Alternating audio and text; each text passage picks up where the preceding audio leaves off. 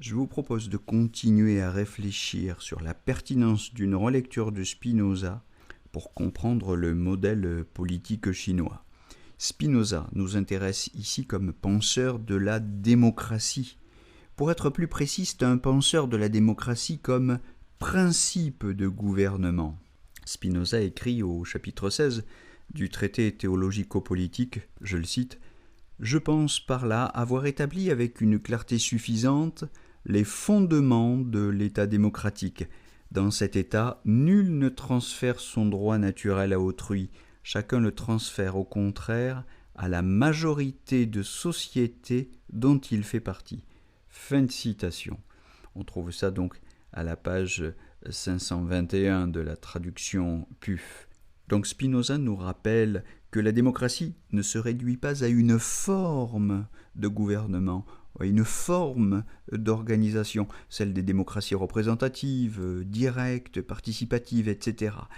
La démocratie ne se réduit pas à sa structure institutionnelle, à la construction de son appareil d'État, aux procédures par lesquelles elle choisit ses magistrats, exerce et contrôle leur pouvoir ou organise le débat public.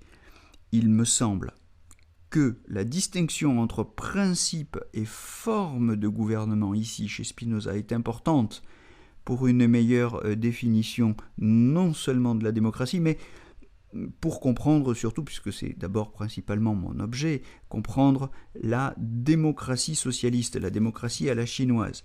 Parce que sans cette distinction entre forme et principe de gouvernement, on resterait prisonnier d'une compréhension formaliste de la démocratie, cette compréhension, cette conception formaliste de la démocratie que critiquent précisément les Chinois.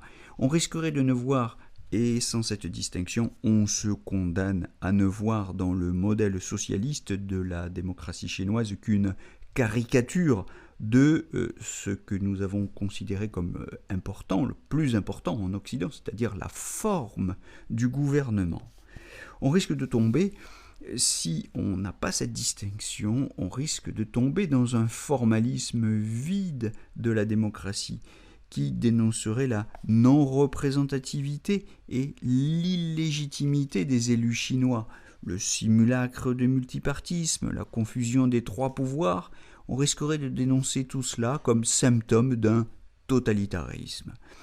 En réponse à ces critiques formalistes, la définition de la démocratie à partir de son principe modifie la méthode d'analyse et elle modifie considérablement le ton et le contenu du débat.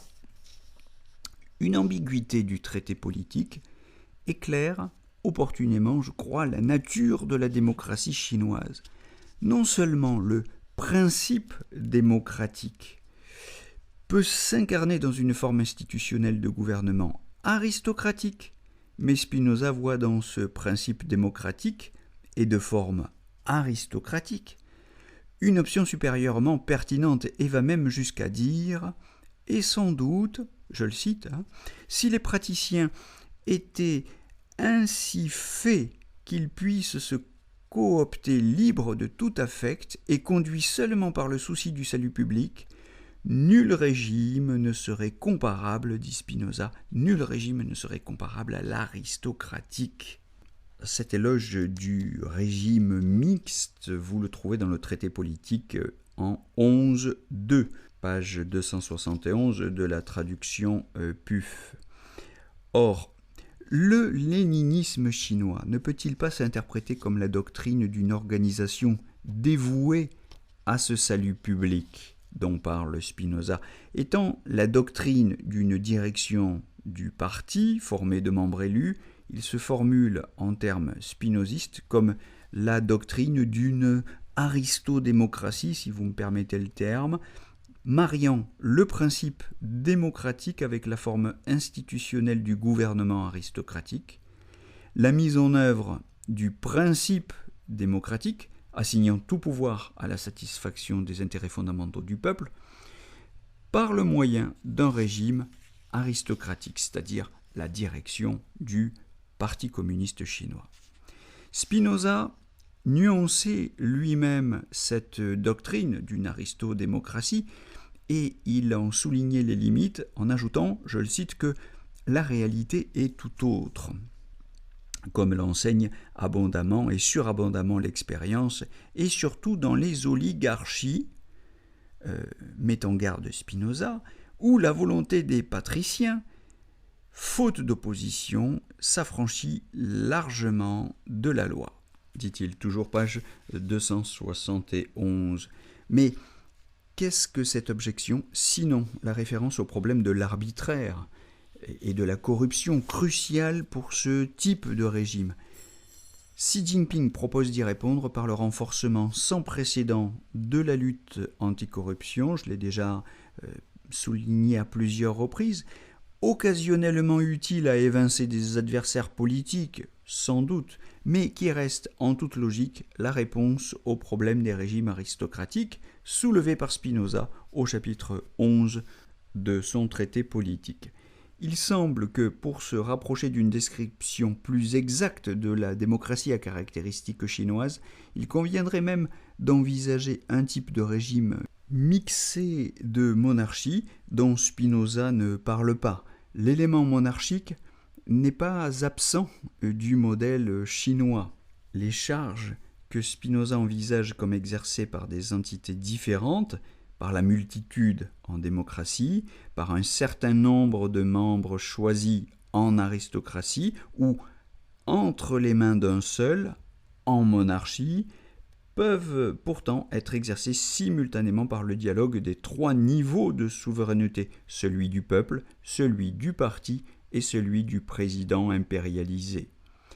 N'avons-nous donc pas en réalité affaire à une monarcho-aristo-démocratie qui organise la souveraineté sur un mode consultatif et inclusif?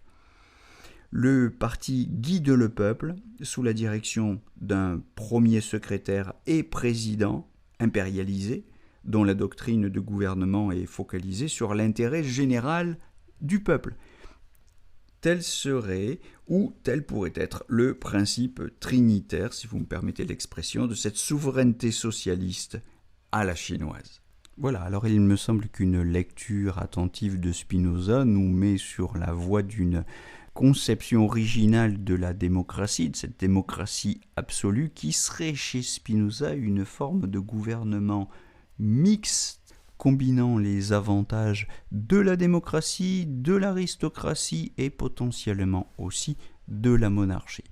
Cette forme de gouvernement mixte repose sur un principe démocratique tout à fait original que nous n'avons pas complètement défini ici aujourd'hui et sur lequel je vous propose d'approfondir lors de notre toute prochaine discussion. Je vous souhaite une bonne journée en attendant.